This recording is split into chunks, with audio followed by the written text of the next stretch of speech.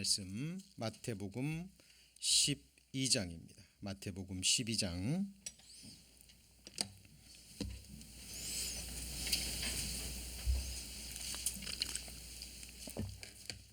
38절 말씀입니다. 마태복음 12장 38절부터 제가 봉독하겠습니다. 그때에 서기관과 바리새인 중 몇 사람이 말하되 선생님이여 우리에게 표적 보여주시기를 원하나이다.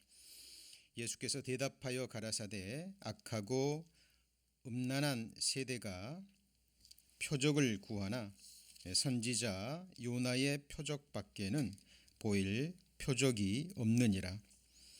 요나가 밤낮 사흘을 큰 물고기 뱃속에 있었던 것 같이 인자도 밤낮 사흘을 땅속에 있으리라.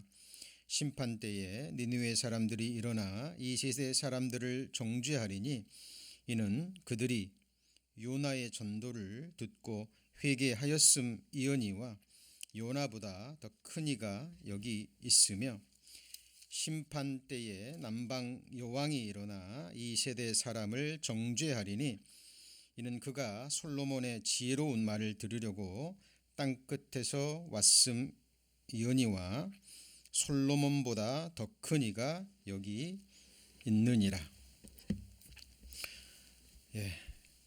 예수께서 공생의 동안에 행하신 많은 이적들이 있죠.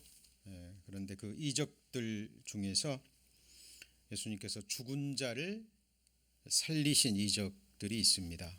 성경에는 3번 예수님이 죽은 자를 살린 이적이 기록되어 있죠. 누가복음 7장에 나인성 과부의 아들을 예수님이 살려주셨죠. 그리고 그 다음 장에 나온 회당장 야이로의 딸을 또 살려주셨습니다. 그리고 요한복음 11장에 나오는 예수님이 특별히 사랑했던 나사로, 그 나사로를 죽은 지 나흘 만에 다시 살린 그 이적이 기록되어 있습니다. 자, 그러나 예수님께서 이 죽은 자를 다시 살리셨다라는 특별한 이적만으로 예수님께서 신성을 지니신 하나님의 아들이라는 절대적인 증거는 되지 않습니다. 왜 그럴까요? 왜냐하면 우리 구약시대 선지자 아시죠? 엘리야와 엘리사도 죽은 자를 살렸죠. 엘리야가 사렙다 과부의 아들을 살렸고 또 엘리사는 수넴 여인의 아들을 살렸습니다. 그리고 신약시대 들어와서는 베드로가 다비다를 살렸고 또 바울이 청년 유두고죠. 밤늦게까지 말씀을 듣다가 2층에서 떨어져서 죽잖아요. 그 죽은 유두고라는 청년을 바울이 또 살립니다. 자, 물론 하나님께서 능력을 허락하셔야 됩니다. 그런데 사람들도 이렇게 선지자들이나 사도들이나 하나님의 능력을 받으면 죽은 사람도 살릴 수 있습니다. 그러니까 예수님이 죽은 자를 살렸다 할지라도 자, 선지자는 될 수 있을지언정 그것이 예수님이 바로 하나님의 아들이시고 하나님 자신이라는 하나님의 본체가 되시는 독생자 예수 그리스도라는 절대적인 증거는 될 수 없습니다. 자, 그리고 또 예수님이 죽은 사람들을 살렸습니다. 엘리야 선지자도 엘리사 선지자도 베드로도 바울도 죽은 사람을 살렸어요. 그러나 이거는 다시 살린 거는 맞지만 부활이라고 볼 수는 없어요. 성경에서 말하는 부활은 아닙니다. 왜 그렇죠? 예수님이 살린 나인성 과부의 아들 살아났지만 그 아들 또 죽었죠. 뭐 늙어 죽었건 사고로 죽었건 병으로 죽었건 자, 이거는 소생이라는 말은 말할 수 있지만 성경에서 말하는 부활의 의미는 아닙니다. 성경에서 말하는 부활은 예수님의 부활을 가리키는 거죠. 십자가의 부활입니다. 근데 예수님은 어떤 선지자도 행하지 못한, 그러니까 자신의 죽음을 예언하셨죠. 자신의 죽음을 예언했습니다. 구약 성경에는 구체적으로 어떻게 죽을지도 예언되어 있고 실제로 예수님이 예언하신 대로 죽으시고 장사되시고 3일 만에 어떻게 하셨어요? 부활하셨는데 이 부활은 그냥 살아난 것이 아니라 예수님이 부활하신 몸은 어떤 몸이었습니까? 다시는 죽지 않을 몸이었습니다.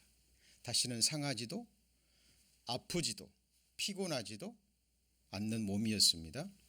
그리고 잘 생각하셔야 됩니다. 우린 기록된 말씀으로 생각하셔야 돼요. 예수님은 부활의 신령한 몸을 입으셨지만 이 세상에 속한 사람들이 가서 만질 수 있었죠. 그리고 이 세상에 속한 사람들의 눈으로 부활하신 예수님을 볼 수 있었죠. 그리고 대화도 나눌 수 있었고 예수님은 신령한 몸이었지만 이 세상에 속한 물고기, 음식도 드실 수 있는 몸이었습니다. 그리고 또 예수님의 부활의 몸은 어떤 몸이었죠? 갑자기 나타나기도 하시고 그리고요 갑자기 사라지기도 하신 그런 신령한 몸이었습니다.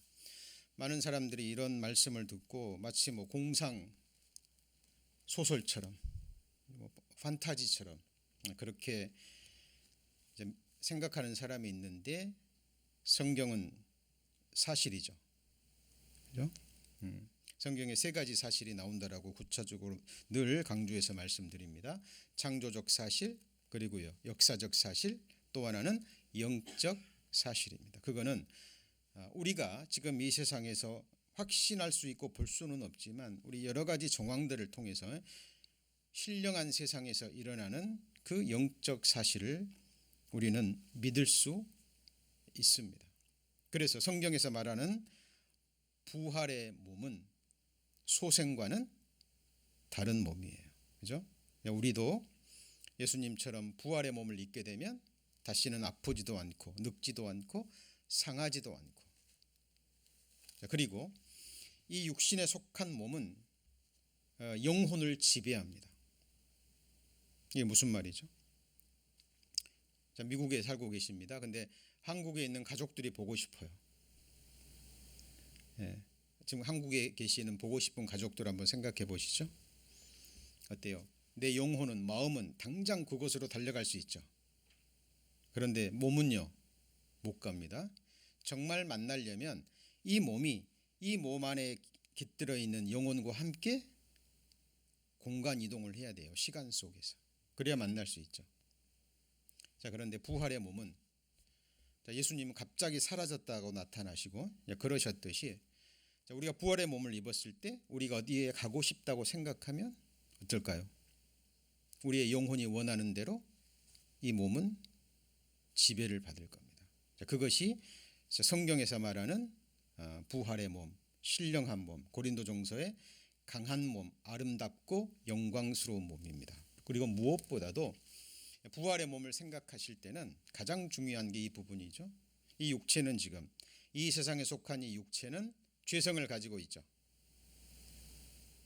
땅에 속한 몸이기 때문에 죄에 대한 탐욕, 죄성을 가지고 있습니다. 그런데 부활의 몸은요, 다시는 죄를 지을 가능성도 없는, 죄성이 없는, 우리 거듭난 그리스도인들 주님을 사랑하고 싶고 섬기고 싶고 주님의 일을 정말 열심히 하고 싶습니다.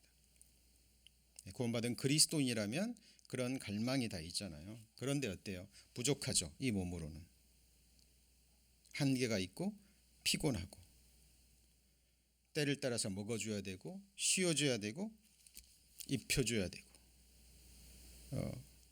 또 때를 따라 우리 자주 아프잖아요.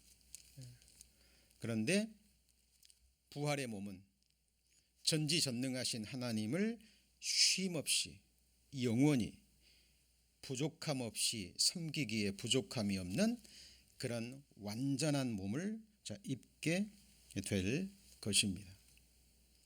그래서 성경에서 말하는 부활은 그냥 죽었다가 살아나는 그 정도의 의미가 아니라는 겁니다. 그래서 오늘 본문에요, 거기 마태복음 12장 38절에 서기관과 바리새인 중 유대인들이죠. 자, 그들이 예수님께 나옵니다. 선생님이여, 우리에게 뭘 보여달라 그러죠? 표적을 보여달라고 이야기합니다. 자, 이 복음서가 4개가 있잖아요. 그런데 어떤 동일한 사건이 4개의 복음서에 어떤 거는 2번, 3번, 4번 다 기록된 것이 있습니다. 그런데 한 복음서에 동일한 내용이 2번 기록되는 내용은 이 요나의 표적 이야기밖에 없습니다.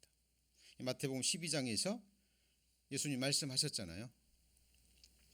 자, 표적 보여달라 그러니까 이 표적은 무슨 의미냐면 그냥 이적과 기적을 떠나서 그동안 어떤 선지자도 자기가 하나님이 보낸 선지자라는 말은 했지만 스스로 하나님이라 한 적은 없죠. 그렇죠?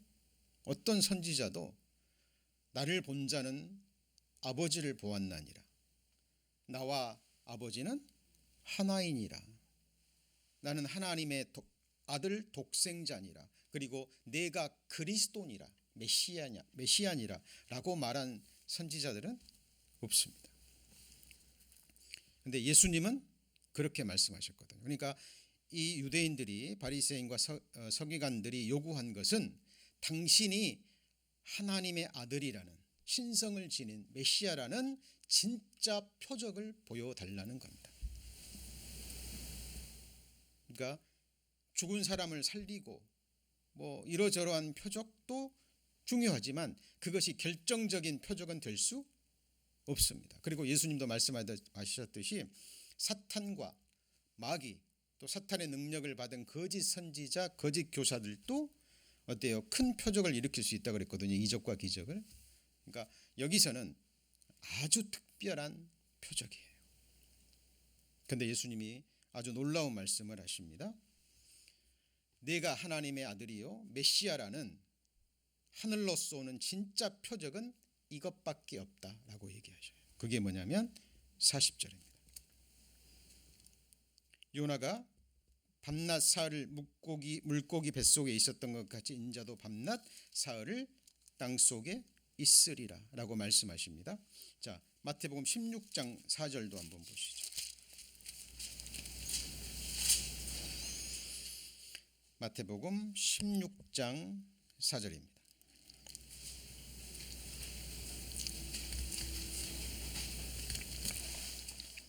16장 4절. 자, 4절도 한번 같이 읽어볼까요? 악하고 음란한 세대가 표적을 구하나 요나의 표적 밖에는 보여줄 표적이 없느니라. 그러니까 요나가 물고기 뱃속에서 3일을 있다가 다시 그 물고기가 육지에 토해냄으로 인하여 살아났잖아요.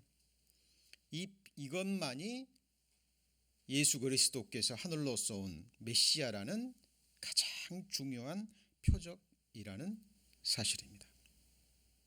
자, 그리고 나서 3절과도 같이 연결이 되는데요. 2절부터 볼까요? 예수께서 대답하여 가라사대 너희가 저녁에 하늘이 붉으면 날이 좋겠다 하고 아침에 하늘이 붉고 흐리면 오늘은 날이 굳겠다 하나니 나머지 같이 읽어볼까요? 너희가 청기는 분별할 줄 알면서 시대의 표적은 분별할 수 없느냐라고 책망하시는 모습입니다. 그래서 요나의 표적과 함께 시대의 표적, 예수님이 다른 이적들과는 달리 우리 그리스도인들에게, 특별히 그리스도인들에게 의미하는 바가 굉장히 큽니다. 제가 5월달에 타주에 갈 며칠 동안 타주에 갈 일이 있어서 서둘러서 그 백신을 맞았습니다. 어제 맞았는데요. 그 노슬리지 시선 그 큰 주차장으로 가서 맞았는데 그 맞으면서 제가 섬뜩한 마음이 들었어요. 섬뜩한.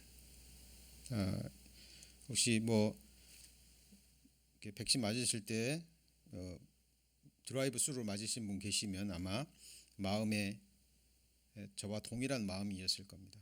굉장히 큰 그 주차장에 하여튼 뭐 보이지도 않는 줄로 쫙 이렇게 준비를 해놨더라고요. 처음부터 이제 예약을 하고 예약됐는지 확인하고 안내를 따라서 쭉 들어가는데요. 이제 질서정연하게 조용히 이루어집니다. 근데 그 순간 진짜 7년 환란 중반기에 들어가면 적그리스도가 성전에 앉아 자기를 보여 뭐라고 얘기하죠? 하나님이라 얘기하면서 짐승의 표를 받게 하죠. 그리고 짐승의 표를 받지 않는 자는 누구든지 매매도 못하고, 매매가 뭐예요? 팔매, 살매, 경제활동입니다. 그리고 누구든지 다 죽임을 당한다 그랬죠. 자, 지금 백신 맞는 거는 원하는 사람만 맞습니다. 그리고 원하지 않는 사람 안 맞아도 되고 뭐 큰 지장은 없어요. 그러나 이제 불편하죠. 예를 들면 뭐 타주에 비행기를 타려고 그러면 뭘 요구합니까? 백신을 맞았든지 아니면은 그 코로나 바이러스 뭘 해야 돼요? 검사를 해서 그 비행기 타기 뭐 며칠 전에 몇 주 안에 코로나 걸린 적이 없다라는 그 증거가 있어야만 탑니다. 그렇죠? 그래서 지금 미국이나 유럽 쪽에서 지금 코로나 여권이 만들려고 하고 있죠. 한국은 벌써 질병청하고 협의가 돼가지고요 만들기로 했다고 이미 선언을 했습니다. 한겨레 신문에 나왔죠.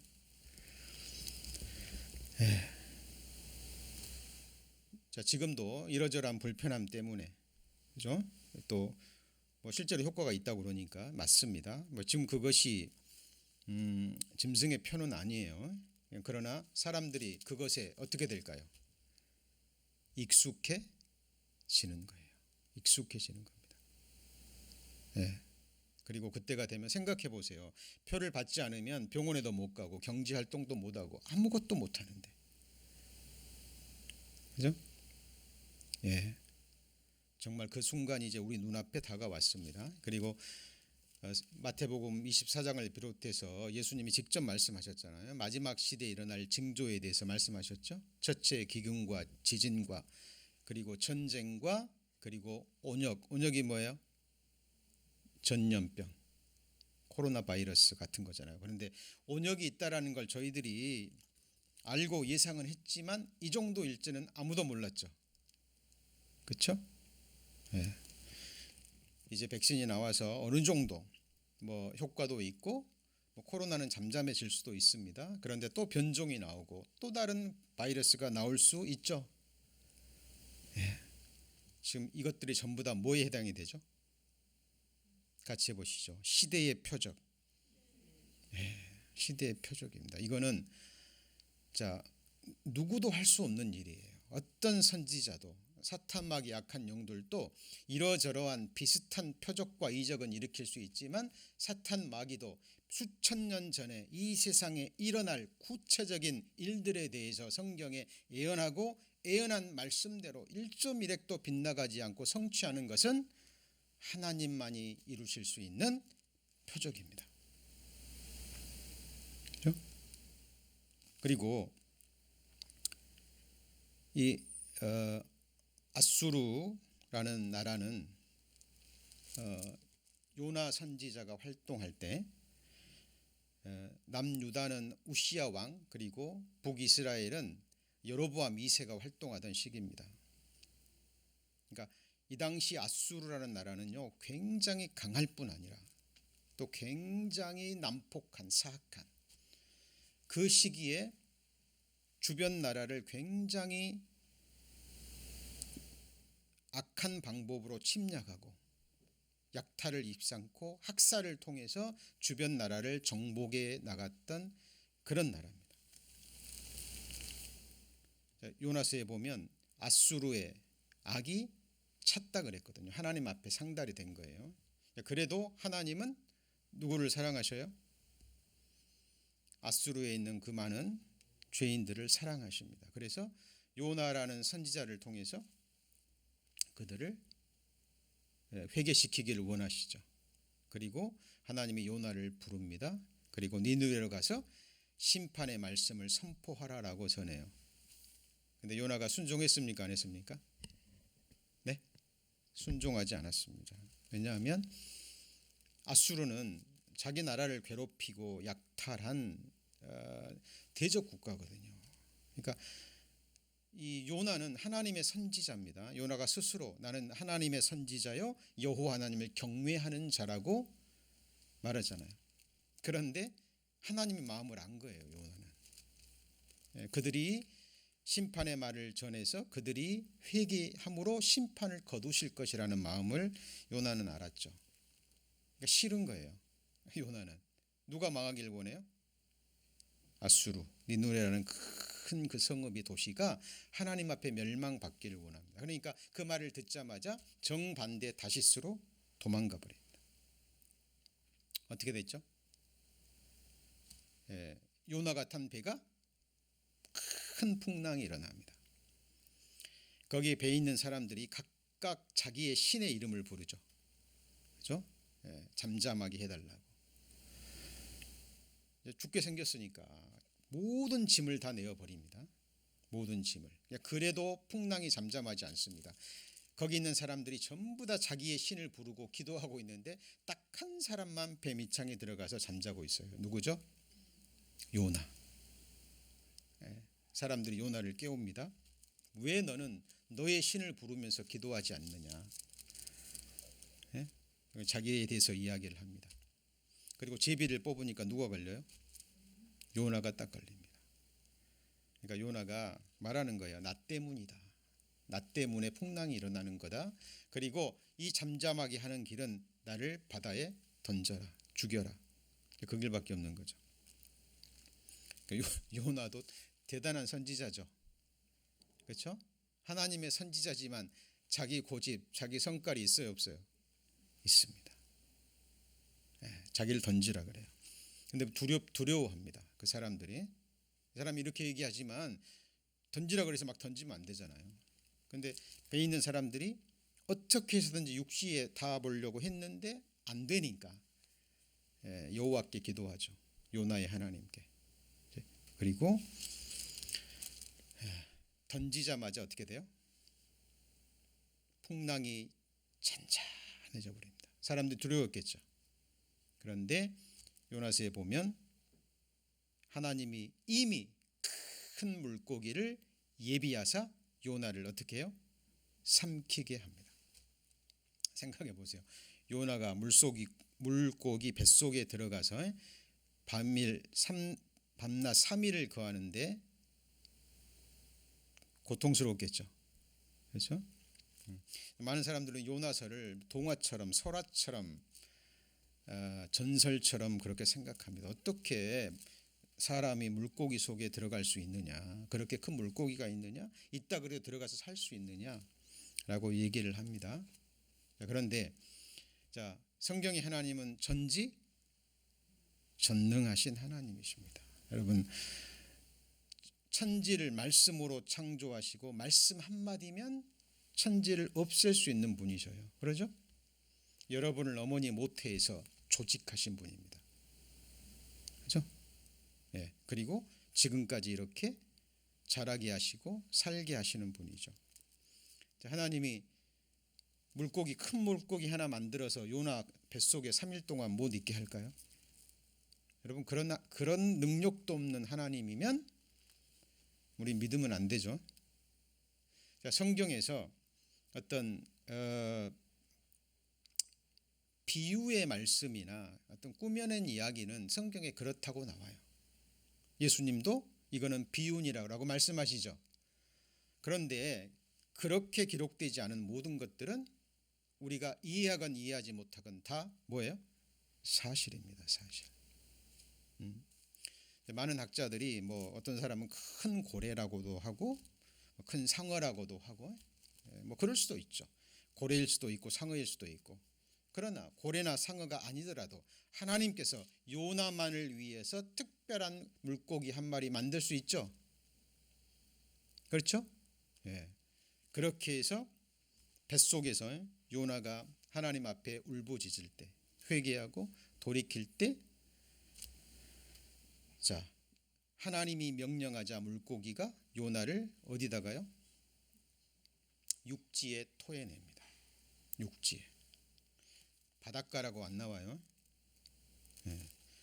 요나에 관한 글들을 읽어보잖아요. 그러면 뭐 설교나 이렇게 들어보면 어떤 분들이 그냥 너무나 쉽게 하나님이 명하자 물고기가 요나를 니느웨 앞바다에 토했다라는 말이 나오는데 니느웨는 앞바다가 없어요.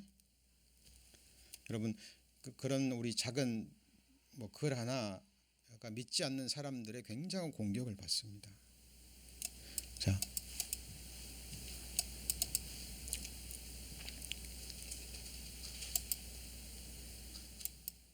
우리 느헤미야 요나서 한번 보시죠. 요나서.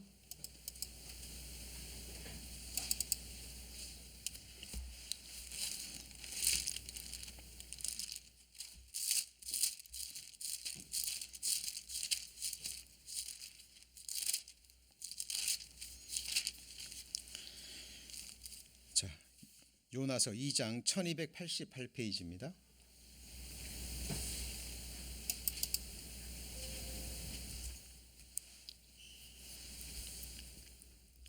요나서 1장 17절에 보시면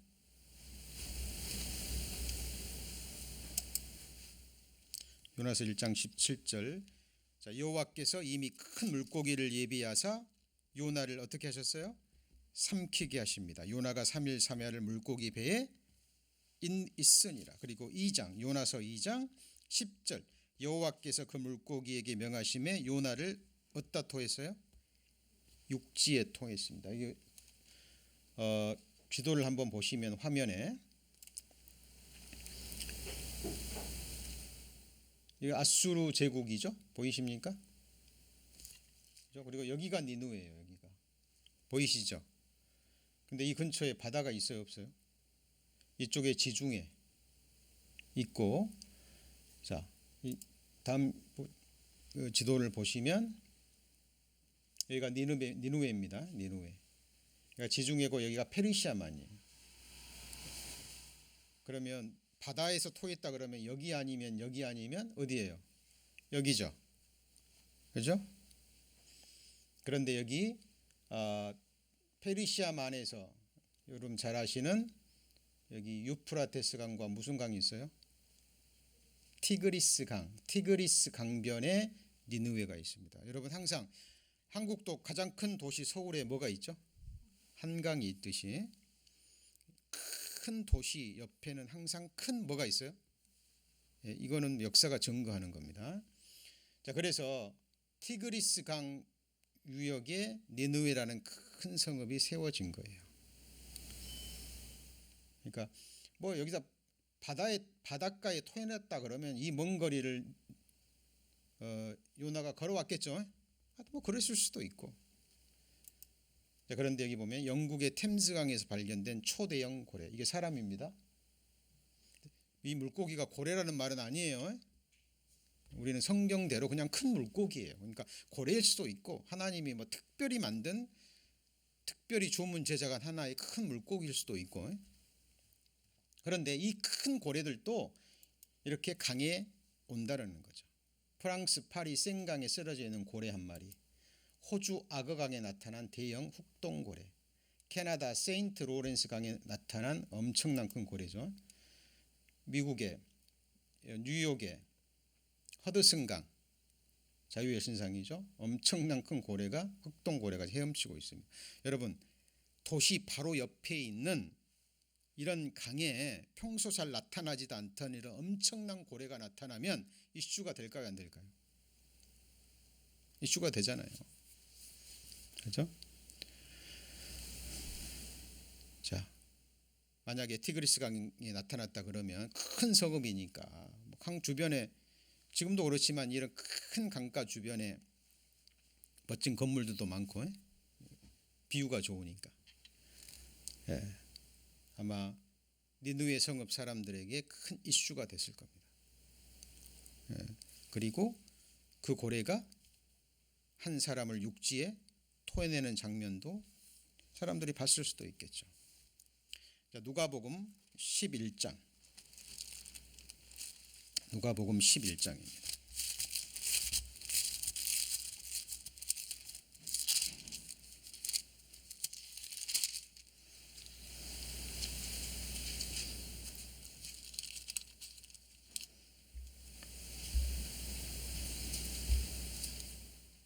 (29절)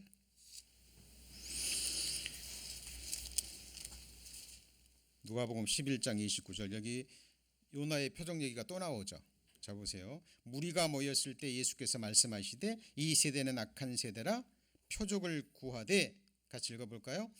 요나의 표적밖에는 보일 표적이 없나니. 요나가 니느웨 사람들에게 뭐가 됐어요? 요나가 니느웨 사람들에게 뭐가 됐어요? 표적이 됐어요.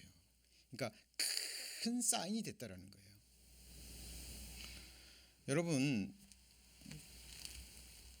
이 요나가 물고기 뱃속에서 토해 나오는 것을 사람들이 보지 않은 상태에서 왜 남루한 물고기 뱃속에서 3일을 있다가 나왔으니까 그 몰골이 어떻겠어요? 그냥 뭐 어떤 선지자가 그냥 하루길 지나가면서 40일이 되면 이 성읍이 무너지리라, 성의도 없이 마음도 없이 그냥 할 수 없이 몇 번 외쳤는데 그 소문이 삽시간에 왕까지 퍼져가지고 니느웨는 모든 사람들이 한 사람도 빠짐없이 다 베옷을 입고 심지어는 짐승들까지 베옷을 입힙니다.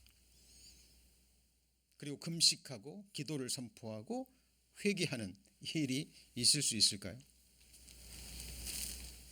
정말 요나가 니느웨 사람들에게 뭐가 됐어요? 표적이 됐던 거예요. 보통 일어나서는 안 될 일이 있었던 거죠. 그러니까 많은 사람들이 보지 않았을까 싶어요. 그죠? 이 강변에 큰 물고기가 나타나서 하나는 일부러 보이게 하셨겠죠. 네. 헤엄치더니 많은 사람들이 모인 상태에서 토해냈는데 요나가 뱃속에서 튀어나와 가지고 그 몰골로 외치는 거예요. 40일이 지나면 니느웨가 무너지리라.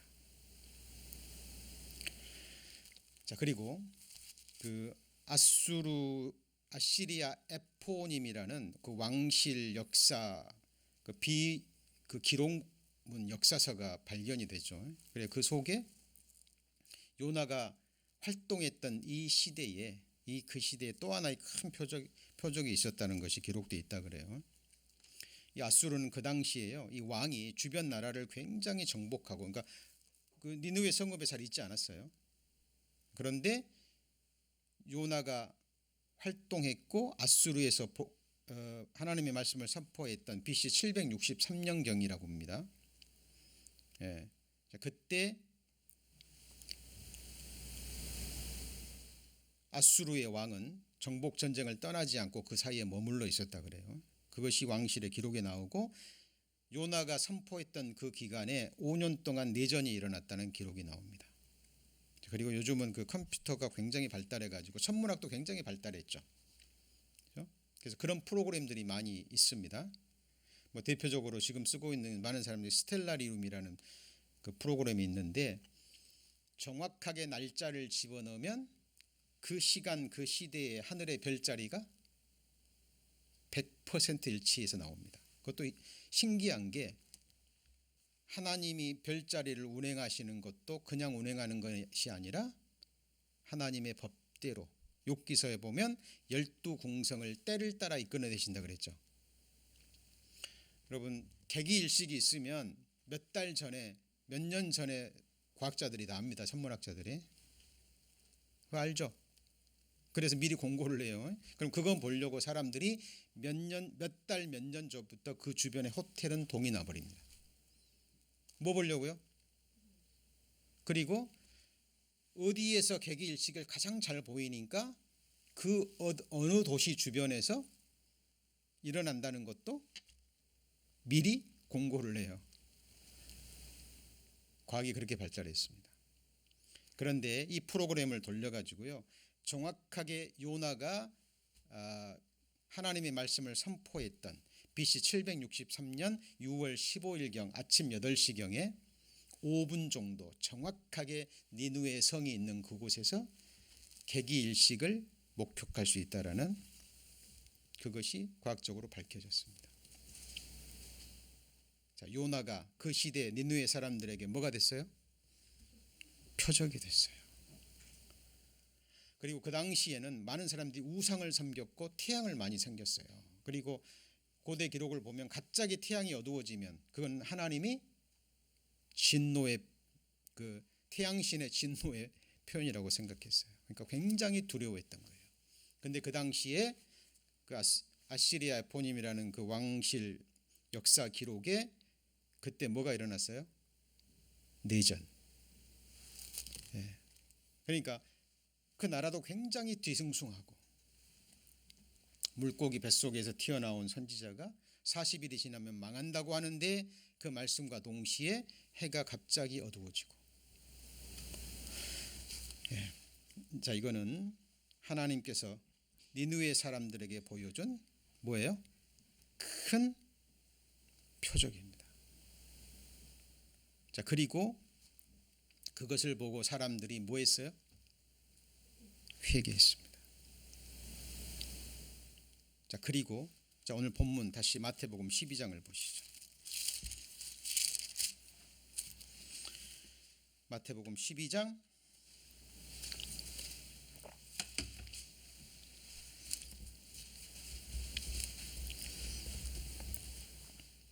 39절, 예수께서 대답하되 악하고 음란한 세대가 표적을 구하나 선지자 요나의 표적밖에는 보일 표적이 없느니라. 요나가 밤낮 사흘을 큰 물고기 뱃속에 있었던 것 같이 인자도 밤낮 사흘 땅속에 있으리라. 자, 3일 동안 있다가 예수님이 뭐 하셨어요? 부활하셨잖아요. 요나가 3일 동안 물고기 뱃속에 있다가 살아나왔죠. 자, 그랬을 때 그 표적을 보고 니느웨 사람들은 회개했잖아요. 자, 그런데 요나보다 더 큰, 비교할 수 없는, 요나하고는 비교할 수 없는 하나님의 아들 독생자 예수 그리스도가 이 땅에 오셔서 수많은 이적과 기적들을 행하고, 그리고 어떤 선지자도 행하지 않은 스스로의 죽음을 예언하시고, 예언한 지 돌아가신 지 3일 만에 부활할 것도 예언하시고 실제로 부활했죠. 그리고 제자들에게 보이시고 또 500명의 사람들에게는 많은 사람 또 보이시고 40일 동안을 부활의 몸을 입고 이 세상에 계시고 많은 사람들에게 나타나셨죠. 그 증거를 보고서도 회개하지 않는 사람들이 있다는 거예요. 자, 41절, 이것이 우리가 요나의 표적과 예수 그리스도의 부활을 통해서 우리가 받아야 될 교훈입니다. 41절에 심판때에 니느웨 사람들이 일어나서 이 세상 사람을 정죄하리니 이는 그들이 요나의 전도를 듣고 뭐 했어요? 회개했습니다. 그러나 요나보다 더 큰 이가 여기 있으며 심판때에 남방 여왕 스바의 여왕이죠, 에디오피아, 일어나 이 세대 사람을 정죄하리니 이는 그가 솔로몬의 지혜로운 말씀을 들으려고 어디에서 왔어요? 땅끝에서. 솔로몬이 지혜롭다라는 소식을 듣고 스바의 여왕이 엄청난 재물을 가지고 그 먼 거리를 많은 시단을 데리고 와서 솔로몬 앞에 나와서 그 지혜 말을 듣고자 했잖아요.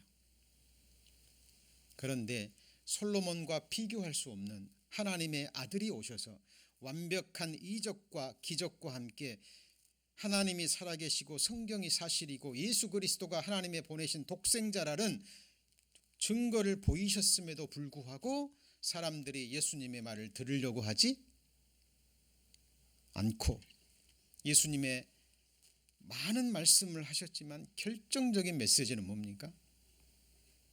같이 해보시죠. 회개하고 복음을 믿으라. 천국이 가까이 왔느니라. 예, 결국 이 모든 말씀 속에 하나님의 모든 메시지가 다 들어있어요. 근데 사람들이 듣기를 뭐하죠? 싫어한 겁니다.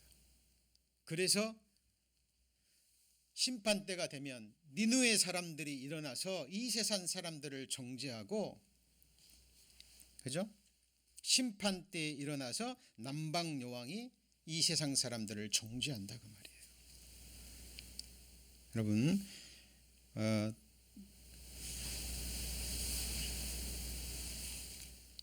아모스 시대예요. 아모스서 시대에 하나님께서 이렇게 말씀하십니다. 내가 너희 절기를 미워하여 멸시하며 너희 성회들을 뭐하잖아요?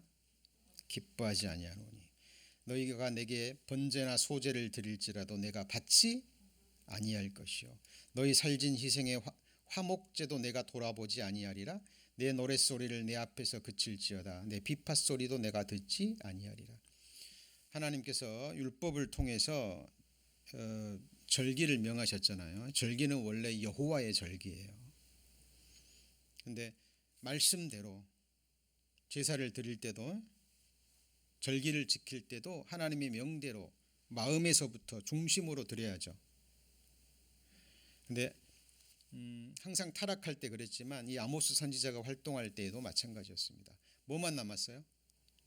형식적인 제사 행위, 형식적으로 그냥 절기를 지키는 그 외형만 남은 거예요. 근데 마음은요, 우상 숭배하고 자기 할 일 다 하면서도 절기 때가 되면 모여서 그냥 제사 드리고 그린 거예요. 노래하고 춤추고 찬양한다고 하고. 하나님이 받아요, 안 받아요? 이미 그것은 너희들의 절기가 되어버린 거예요. 초대교회 또 마찬가지였습니다.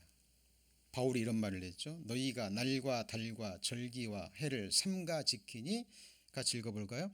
내가 너희를 위하여 수고한 것이 헛될까 두려워함이라. 지금 바울은 뭘 전했습니까? 복음을 전했잖아요. 바울이 전한 것은 너희를 올가맸던, 너희를 저주했던, 너희를 속박했던 이 구약시대의 모든 율법을 예수님이 완성하시고 십자가의 죽음으로 완성하시고 도말하시고 십자가에 못 박았다라고 바울이 말씀을 전했죠. 바울이 수고했다라는 것은 바울이 못 박혀 죽었다라는 것이 아니죠. 예수 그리스도의 십자가의 수고를 전하느라고 수고했죠. 누가요? 바울이 그냥 온 마음을 다해서 목숨 버려서 이 복음을 전했는데 갈라디아 교회 사람들이, 유대인들, 율법 행위에 속한 유대인들이 들어와 가지고 복음만으로 안 돼. 뭐 해야 돼요? 절기 지켜야 돼. 할례 받아야 돼. 율법 지켜야 돼. 또 율법의 속박 속으로 들어가는 거예요. 자, 오늘날에는 교회 절기라는 게 있습니다. 무슨 절기가 있어요? 교회 절기. 네. 특히 이제 가톨릭이 그걸 제일 강하죠. 그런데 루터가 종교개혁 일으킬 때 그 절기들은 그대로 이제 많이 가져와서 복음 믿는 신약 교회에서도 때가 되면 막 절기 지키죠. 교회력이라고 들어보셨죠? 자칫 잘못하면 우리 교회 안에서 이 부활절도 마찬가지입니다. 부활절도 그냥 교회에서 해마다 지키는 절기 정도로. 부활절 때 들은 말씀들이 거의 비슷하잖아요. 평소 때는 부활에 관해서 전혀 얘기하지 않다가 그냥 부활절 때 예수 부활했으니 우리도 부활할 것입니다. 그냥 간략하게 메시지 전하고 또 1년을 보내고. 여러분, 저희들은 지금 부활절 절기여서 이 부활절 말씀을 전하는 게 아니죠. 그렇죠? 이 부활의 예수님의 죽음과 부활하심, 그리고 승천과 다시 오심의 주제는 우리가 매일 그리스도인들이 묵상해야 될 너무나 중요한 주제입니다. 그리고 예수님의 죽으심과 부활을 통해서 우리가 정말 받아야 될 메시지는 오늘 말씀에 가장 중요한 것이 들어있어요. 요나의 표적을 보고 니느웨 사람들이 뭐 했어요? 회개했죠. 그 악한 사람들이 회개함을 보고 하나님이 심판을 뭐 하셨어요? 거두셨죠. 거두셨습니다.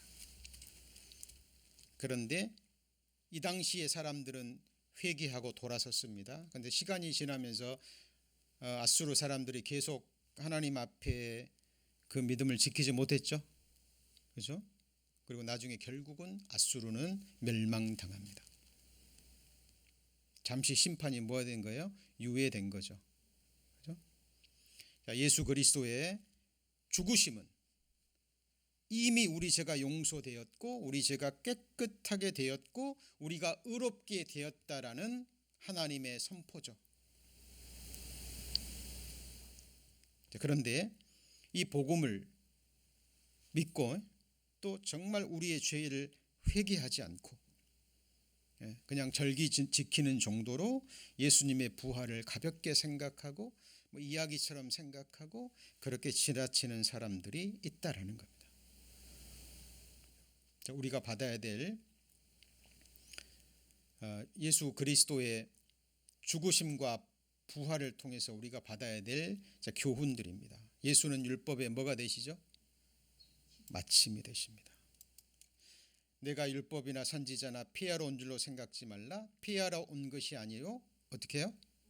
완전케 하기 위해서 온 거예요. 그래서 예수님이 십자가로 죽음으로 자신의 삶으로 율법을 완성하셨죠.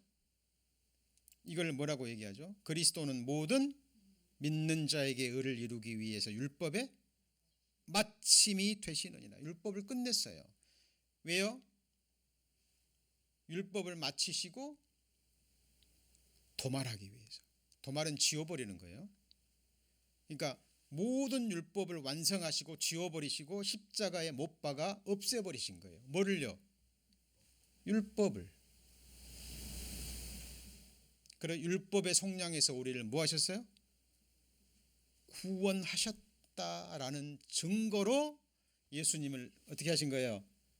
부활시키신 거고 예수님이 사망에서 일어나신 거예요. 그런데 예수님의 부활을 보고도 사람들이 또 어디로 돌아가요?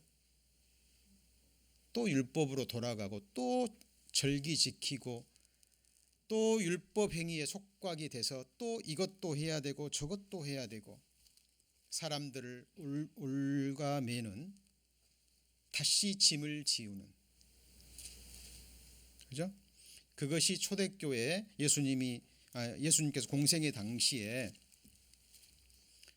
이스라엘 민족을 가리켰던 서기관 바리새인들 율법 행위에 속한 사람들에게 저주하신 말씀입니다. 그렇지 않아도 로마의 압제받아서 고통 중에 있는 이스라엘 백성들을 그 당시에 지도 계급이 어떻게 했죠?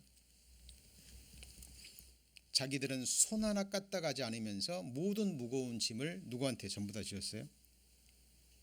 네? 이스라엘 백성들에게 짊어지었잖아요. 네. 자, 예수님은 우리를 자유케 하시기 위해서 오셨습니다. 같이 보시죠. 진리를 알지니 진리가 너희를 자유케 하리라. 수고하고 무거운 짐진 자들아 다 내게로 오라. 내가 너희를 쉬게 하리라. 내게 와서 배우면 너희 마음이 뭘 얻어요? 쉼을 얻으리라. 주는 영이시니 주의 영이 계신 곳에는 자유함이 있느니라. 이 영은 부활의 영입니다. 여러분, 예수님의 죽으심에서 부활하신 사건이 우리와 무슨 관계가 있는 것인지, 예수님의 십자가의 죽으심이 나와 무슨 연관이 있는 것인지 우리가 밝히 깨닫고 그리고 예수님이 주시는 진리를 인한 자유함을 누리며 사실 수 있어야 됩니다. 지난 시간에 제가 이 말씀 설명드렸죠. 남편이 있는 여인이 그 남편이 생전에는 법으로 그에게 매인받으나 만일 그 남편이 죽으면 남편의 법에서 벗어났느니라. 이게 옛 남편 율법에 속박을 받았던 우리 인생들을 말하는 거죠. 그런데 율법만 죽은 게 아니라 옛 남편만 죽은 게 아니라 누구도 죽었어요? 내가 율법으로 말미암아 율법을 향하여 죽었나니. 그러니까 십자가의 죽음은 율법도 죽고 나도 죽은 거예요. 이 순간 율법의 저주에서 우리는 벗어났죠. 그 증거로 예수님이 뭐한 것이에요? 부활하신 거예요. 율법이 예수 그리스도의 부활이 우리에게 주는 진정한 의미, 진리를 인한 참된 자유함, 산 소망이 있거든요. 여러분 그것을 알고 믿고 누리실 수 있어야 되고, 이것은 부활절 시기에만 잠깐 배우고 넘어갈 것이 아니라 그래 우리가 계속해서 어떤 말씀을 배우고 여기에 연관해서 우리가 생활을 하셔야 됩니다. 때가 참에 하나님이 그 아들을 보내사 여자에게서 나게 하시고 어디 아래요? 율법 아래 나게 하신 것은 율법 아래에 있는 자들을 뭐 하시고요? 속량하시고 우리로 하여금 아들의 명분을 얻게 하려 함이라. 자, 그리고 또 하나 우리가 반드시 짚고 넘어가야 될 것이요, 예수 그리스도의 부활과 거듭남입니다. 이게 무슨 의미일까요? 예수님께서 말씀하신 거듭남에 관한 얘기가 있죠. 율법학자 니고데모가 존경받는 율법학자였습니다. 관원이었고, 예수님이 굉장히 특별한 사람이라는 걸 알고요, 밤에 몰래 찾아옵니다. 왜요? 사람들에게 알려지면 곤란하니까. 그리고 예수님이 나와서 대화를 청합니다. 그때 예수님이 뜬금없는 말을 하셔요. 니고데모에게 뭐라고요? 예수께서 대답하여 가라사대 진실로 진실로 내게 이르노니 사람이 거듭나지 아니하면 하나님 나라를 볼 수 없느니라. born again이라는 말씀을 하십니다. 자, 이 말씀 중요합니다. 많은 사람이 거듭남에서 들었는데 이 거듭남이 구체적으로 어떻게 거듭나는 것인지, 이미 거듭났는데도 자기가 거듭났다는 것도 모르고 사는 사람들이 있어요. 자, 오늘 말씀을 통해서 확실히 정리하시기 바랍니다. 자, 그때 이 니고데모가 이해를 못하니까, 자기는 이미 태어났는데 또 태어나야 된다 그러니까 니고데모가 뭐라 그래요? 아니 그럼 내가 다시 어머니 모태에 들어가서 다시 태어나야 됩니까? 이 유대 간원이라는 엘리트가, 많이 배운 사람이, 율법 학사가 이런 영적으로 우둔한 말을 합니다. 이미 태어났는데 어떻게 다시 태어납니까? 내가 엄마 뱃속에서 다시 들어가서 다시 태어나야 됩니까? 그때 예수님이 이렇게 얘기하시죠. 사람이 뭐로요? 물과 성령으로 나지 아니하면 하나님 나라에 들어갈 수 없느니라. 그러니까 하나님 나라에 들어갈 수 있는 절대적인 조건이 뭐예요? 거듭나는 거예요. 뭐 구원받는다, 죄사함 받는다, 똑같은 말이지만 다른 각도에서 예수님이 거듭나야 된다라고 말씀하시는데, 거듭나는 게 뭐로 거듭나요? 물과 성령으로. 자, 물은 뭐죠? 자, 물로 씻어 어떻게 해요? 말씀으로 깨끗하게 하사 거룩하게 하시고. 여러분 몸이 더러워지면 뭘로 씻나요? 물이 아니면 안 돼요. 아시죠? 물이 아니면 몸을 못 씻잖아요. 근데 우리 안에 죄는 뭘로 씻나요? 말씀밖에 없어요. 하나님의 말씀으로. 그러니까 말씀을 뭘로 비유한 거예요? 물. 그리고 말씀은 오직 성령의 감동하심으로 기록됐죠. 여러분 성령이 역사하면 반드시 성령의 감동하심으로 기록된 하나님의 말씀이 역사합니다. 기차와 기차 레일처럼 성령이 역사하면 뭐가 역사해요? 성령의 감동하심으로 기록된 하나님의 말씀이 선포되는 거예요. 자, 너희는 내가 일러준 말로, 복음이죠, 이미 깨끗하였으니. 자, 물은 뭐예요? 말씀입니다. 물은 곧 말씀을 의미하는 거예요. 자, 그래서 거듭난다는 것은 물과 성령으로 거듭나는 건데, 한마디로 하면 말씀으로 거듭난 거예요.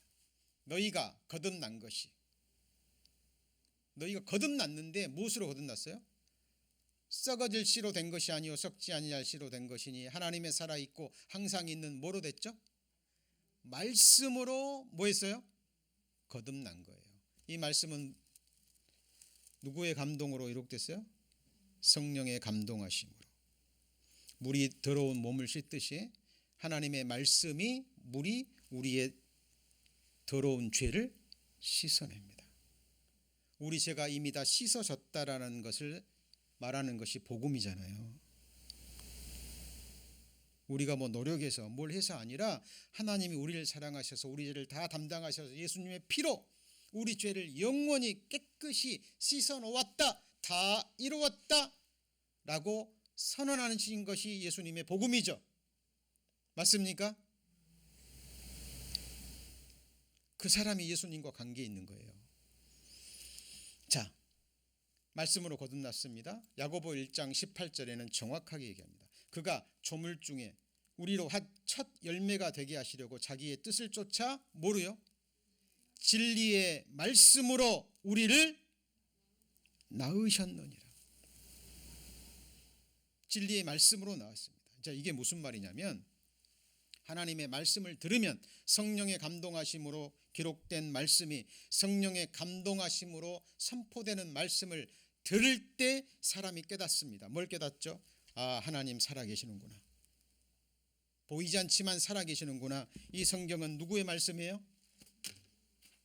살아계신 하나님의 말씀이구나 깨닫습니다.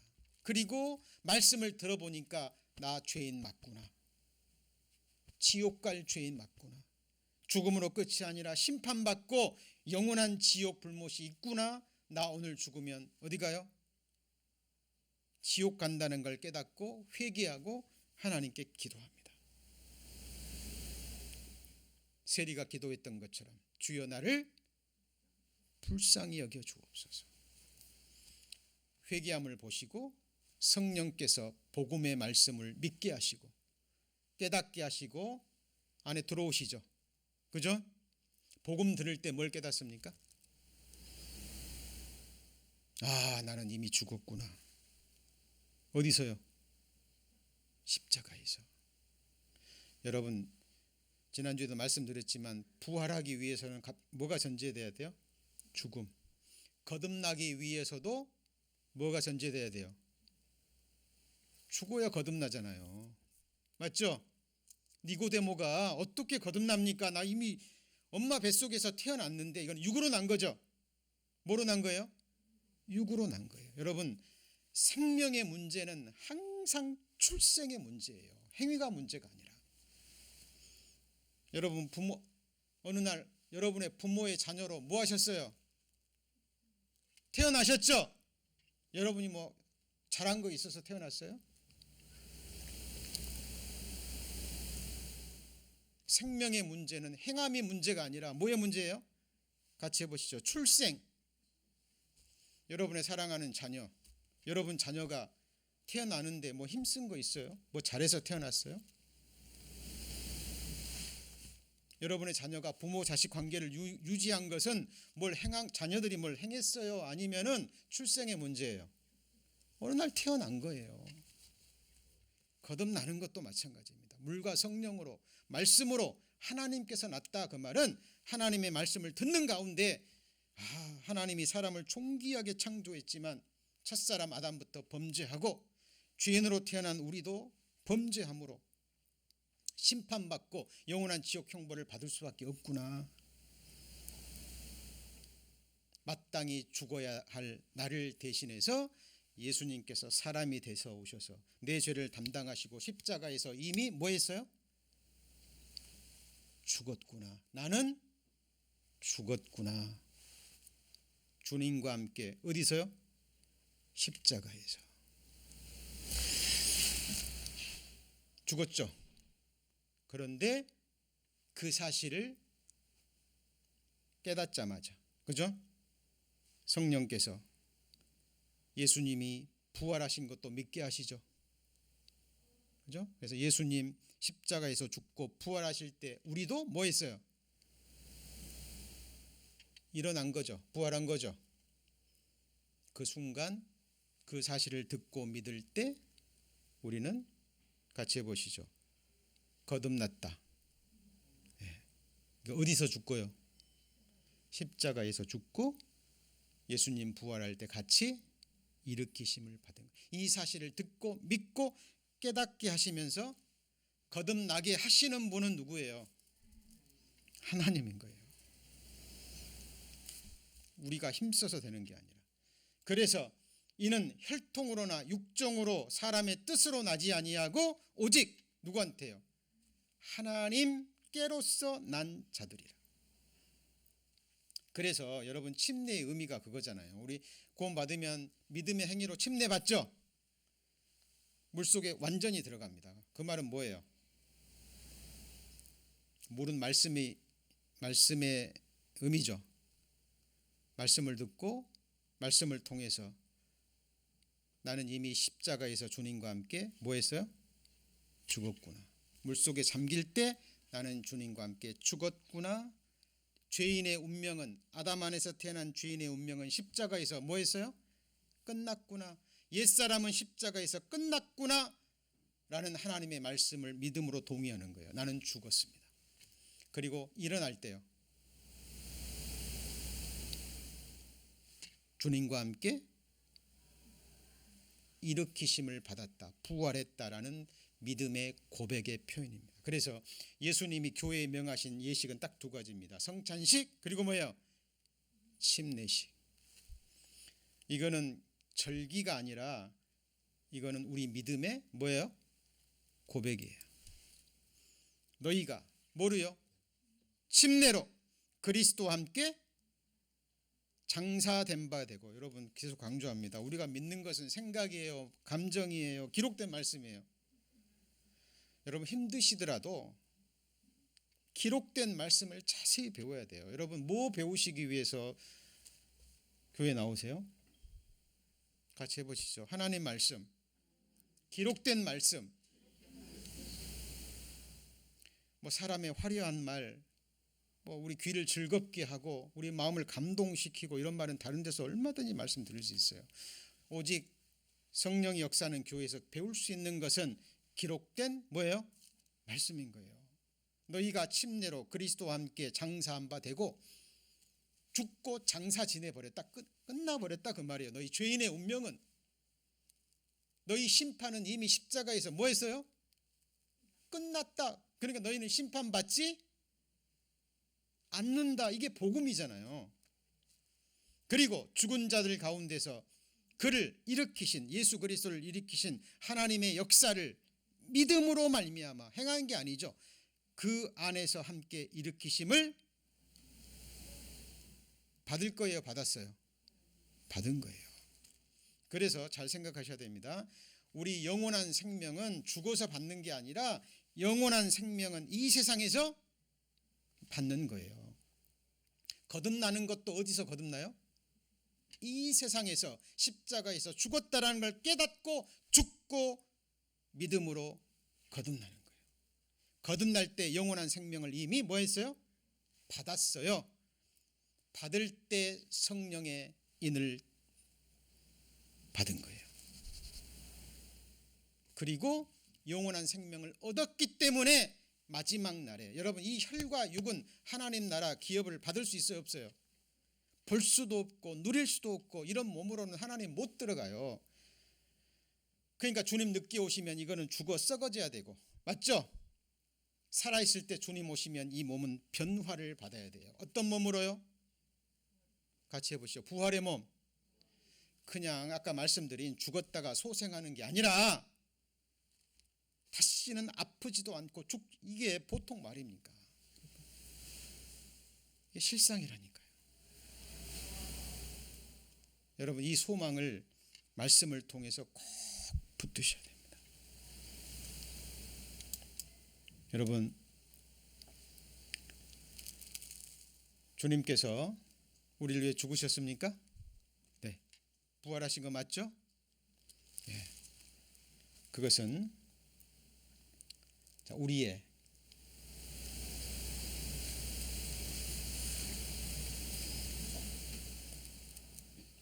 여기 보시면 마지막 말씀입니다. 자, 이와 같이 너희도 너희 자신을 죄에 대해서는 뭐예요? 죽은 자로, 그리스도 예수 안에서 하나님을 대하여는 뭐예요? 산 자로 여기다. 지난주에 말씀드렸는데, 자, 3번에 걸친 부활절 특강을 마무리하는 말씀입니다. 여기다라는 말이 무슨 의미라 그랬죠? 이 여기다라는 말이 잘못 들으면 아닌데 뭐 그렇게 여겨주지 이런 느낌으로 들 수 있잖아요. 근데 원어적인 의미가 그게 아니라 그랬죠. 여기다의 의미가 뭐예요? 여기다 간주하다 하는 뜻인데 원어적인 의미는 뭐라고 그랬어요? 계산하다, 회개하다. 사람이 가장 잘할 수 있는 게 뭐라고요? 계산, 회개. 그리고 더 의미는 법적으로 판단하는 거예요. 그리고 숙고해서 신중히 생각하고 그리고 결론 짓는 겁니다. 법적으로. 우리의 죽음은 그냥 죽음이에요? 하나님의 법에 완벽하게 이루고 법적인 죽음이에요? 예? 여긴다라는 게 사실을 사실로 알고 그대로 적는 거예요. 한 달 천불을 보시면, 그죠? 어제 1000불을 벌었어요. 어제 100불을 샀어요. 나머지 몇 불 남았다고 써야 돼요? 900불. 정확하죠? 사실을 기록한 거잖아요. 이게 레큰, 영어로는 레큰이고 원어는 계산하다라는 뜻입니다. 그렇죠? 그러니까 우리가 죽은 것은 사실이 아니니까 여겨지는 것이 아니라 진짜 죽었기 때문에 그렇게 받아들이는 겁니다. 자, 오늘 마태복음 12장 본문 말씀을 본문으로 해서 요나의 표적과 그리고요 예수 그리스도의 부활과 연관시켜서 하나님이 주시는 교훈을 받아 보았습니다. 네, 기도하시겠습니다. 하나님,